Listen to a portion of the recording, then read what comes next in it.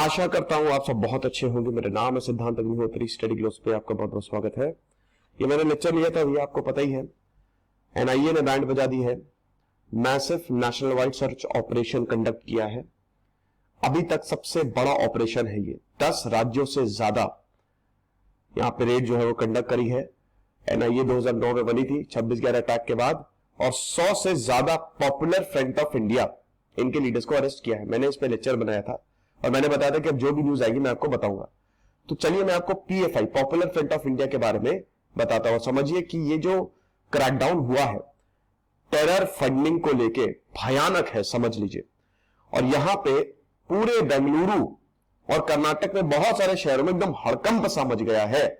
ठीक है, हालांकि पीएफआई ने बोला है कि हम इसको प्रोटेस्ट करते हैं, फासिस्ट रिजीम इस तरीके की हरकतें कर रही है, एजेंसीज को हमारे पीछे लगा रही हैं, हम इस पे बिल्कुल भी सहमत नहीं है। बात करेंगे, लेकिन उससे पहले हम बात करें हमारे शानदार एनसीईआरटी हिस्ट्री का कोर्स आप जरूर अवेल करिए, और हमारा जो यूट्यूब एसोसिएशन प्रोग्राम है उसको भी। तो चलिए सबसे पहले तो पॉपुलर फ्रंट ऑफ इंडिया क्या है। 2007 में इसको क्रिएट किया गया था और इसमें 3 मुस्लिम ऑर्गेनाइजेशन को मर्ज किया था। सबसे पहले National Democratic Front Kerala, Karnataka forum dignity, then Manitha Neethi Pasarai जो तमिलनाडु में है। तो यहां पे 3 मुस्लिम ऑर्गेनाइजेशन को मर्ज करके ये ऑर्गेनाइजेशन जो है वो बनाई गई थी। अब देखिए 2006 में ये डिसीजन लिया गया था। हालांकि आपको बता दूं कि इसका अनाउंसमेंट जो है वो बाद में कर दिया गया। पीएफआई जो है उसके बाद बहुत तेजी से उभरा।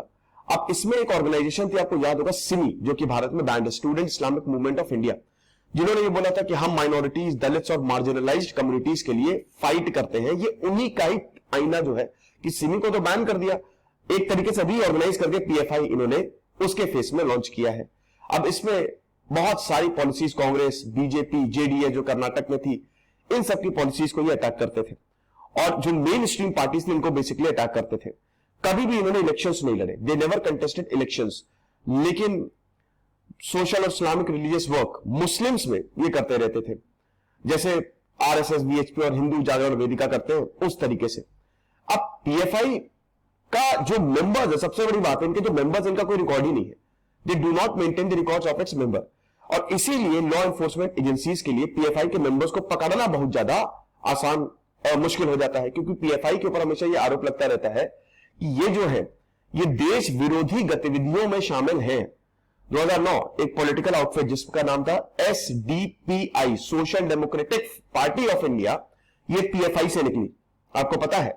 अब ये देखिए, सोशल डेमोक्रेटिक पार्टी, पीएफआई एक मूवमेंट है, एक ऑर्गेनाइजेशन है, ये इलेक्शन नहीं लड़ेंगी, लेकिन इसमें इन्होंने एक ऑर्गेनाइजेशन निकाल दी एसडीपीआई, जो शायद इलेक्शन लड़े। अब इन्होंने बताया कि जो मुस्लिम्स, दलित्स और बाकी मार्जिनलाइज्ड कम्युनिटीज के जो इश्यूज है उसको हम रेस करेंगे, और गोल ये है कि यूनिफॉर्म और एडवांस डेवलपमेंट हो सारे सिटीजन्स का, ये इनका गोल है। ठीक है, अब केरल की अगर बात करें तो पीएफआई केरल में ऐसा कहा जाता है कि बहुत ज्यादा ये इनका फुट होल्ड है, फुटप्रिंट है, तो विजिबल प्रेजेंस हमको देखने को मिलती है। और ऐसा भी आरोप लगता है कि ये लगातार मर्डर, दंगा फैलाना, इंटिमिडेशन और बहुत सारे टेररिस्ट ऑर्गेनाइजेशन से भी इनके लिंक जो है वो सामने आए हैं। 2012 केरल सरकार, उस समय ओमन चांडी जो कांग्रेस के थे, उन्होंने हाईकोर्ट को ये इन्फॉर्म किया था कि पीएफआई सिमी का ही दूसरा रूप है। जो स्टूडेंट इस्लामिक मिलिट्री ऑर्गेनाइजेशन थी ना, ये मूवमेंट ऑफ इंडिया था ना, इसी का ही रूप है, समझ रहे हो। और उस समय सरकार ने ये बोला था कि पीएफआई एक्टिविस्ट जो है वो मर्डर के 27 केसेस में शामिल हैं, तभी तो ये अपने मेंबर्स का रिकॉर्ड नहीं रखते। ठीक है, थोड़ा सा अगर आप ध्यान दें, जिसमें सीपीएम और आरएसएस कैडर्स के काफी लोग हैं। 2 साल बाद केरल सरकार ने हाईकोर्ट को यह भी बोला, एक और एफिडेविट डाला कि इनका एजेंडा है सोसाइटी का पूरा इस्लामाइजेशन करना, कन्वर्जन करना, कम्युनलाइजेशन करना इश्यूज का, रिक्रूटमेंट, ठीक है, लोगों को रिक्रूट करना, मुस्लिम युवकों को भड़काना, और ऐसी एक्टिविटीज जो कि देश विरोधी है उसको फैलाना। 2014 में यहां पे एक और एफिडेविट जो है, थेजस, जो कि एक तरीके का पीएफआई का माउथ पीस है, उसने इसको चैलेंज कर बोला कि बिल्कुल गलत है, हम ऐसा कुछ भी नहीं करते हैं, वी आर दी वर्कर्स, और जो हम यहां पे जो हम पे आरोप लगाए जा रहे हैं वो सरासर गलत है। ठीक है, हम नहीं, बल्कि यहां पर दूसरी ऑर्गेनाइजेशन जो है वो कम्युनली मोटिवेटेड है, हम तो लोगों के उत्थान के लिए काम करते हैं, है ना। अप्रैल इसी साल बीजेपी ने, केरल बीजेपी ने एक कैंपेन अनाउंस की कि ये रिलीजियस टेररिज्म लगातार बढ़ता जा रहा है, पीएफआई का जो इन्वॉल्वमेंट है टेररिज्म में वो बढ़ता जा रहा है। पिछले 6 साल में 24 बीजेपी आरएसएस वर्कर्स को मारा गया है, जिसमें बहुत मुश्किल है। तो बीजेपी स्टेट प्रेसिडेंट के सुरेंद्र ने ये सारी बातें कही।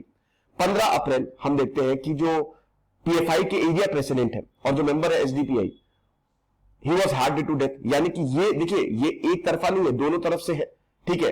तो यहां पे पॉलिटिकल मर्डर्स बेसिकली केरल में हो रहे हैं। पुलिस ने कंफर्म किया कि यहां पे जो किलर थे सुबैर के, अब उसकी जो व्हीकल जो मिली है जिसने सुबैर को मारा, वो आरएसएस वर्कर एस संजीत जो पेपर, क्योंकि अगर किसी का नाम है, ठीक है, मान लीजिए कि जो भी चीजें बरामद हुई है आप उसको जब्त करेंगे और उस रजिस्ट्रेशन का पता ही लग जाता है किसकी व्हीकल थी, तो यहां पे आरएसएस के मेंबर का नाम आया है।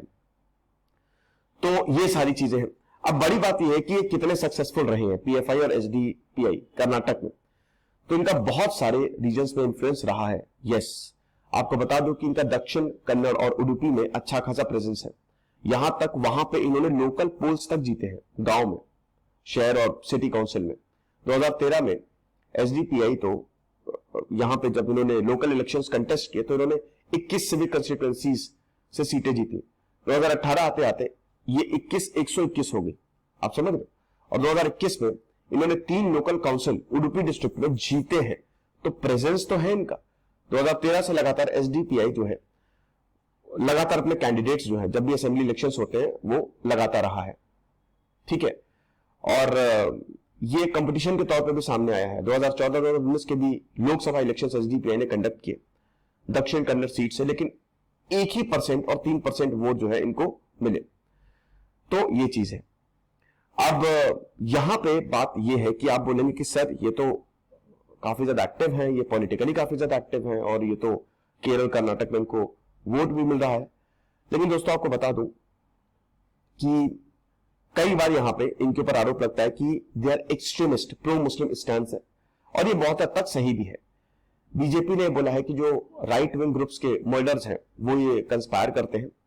इस तरीके के 310 केसेस इनके ऊपर रजिस्टर्ड। अब कांग्रेस की बात करें तो कांग्रेस देखिए, अब यहां पे दिक्कत यह है कि इस समय पीएफआई बीजेपी से लड़ रही है, तो कांग्रेस को कहीं ना कहीं, हालांकि पहले कांग्रेस के लिए बहुत बड़ा मुश्किल था, लेकिन कहीं ना कहीं अब कांग्रेस को एक तरीके से फायदा ही दे रहा है ना। लेकिन फिर भी यहां पे कांग्रेस जो पीएफआई है इनसे बहुत ज्यादा अलाइन नहीं है। बट ऐसा बोला जाता है कि एसडीपीआई से कुछ जो कैंडिडेट्स हैं उनसे कांग्रेस ने डील की थी ताकि इस कंस्टिट्यूएंसी से आप लड़ो, इस कंस्टिट्यूएंसी से आप लड़ो, समझ रहे। तो ये चीजें हैं। तो ये है पीएफआई आपके लिए। पीएफआई पे जो रेड है ये बहुत बड़ी है। एनआईए ने जो अभी तक रेड मारी है, ठीक है, नेशनल इन्वेस्टिगेटिव एजेंसी ने, और अभी भी ये जारी है, अभी भी ये रुकी नहीं है। जो भी होगा हम आपको दिखाएंगे, मतलब बताएंगे, दिखाएंगे क्या। वैसे सिद्धांत अग्निहोत्री साइनिंग ऑफ।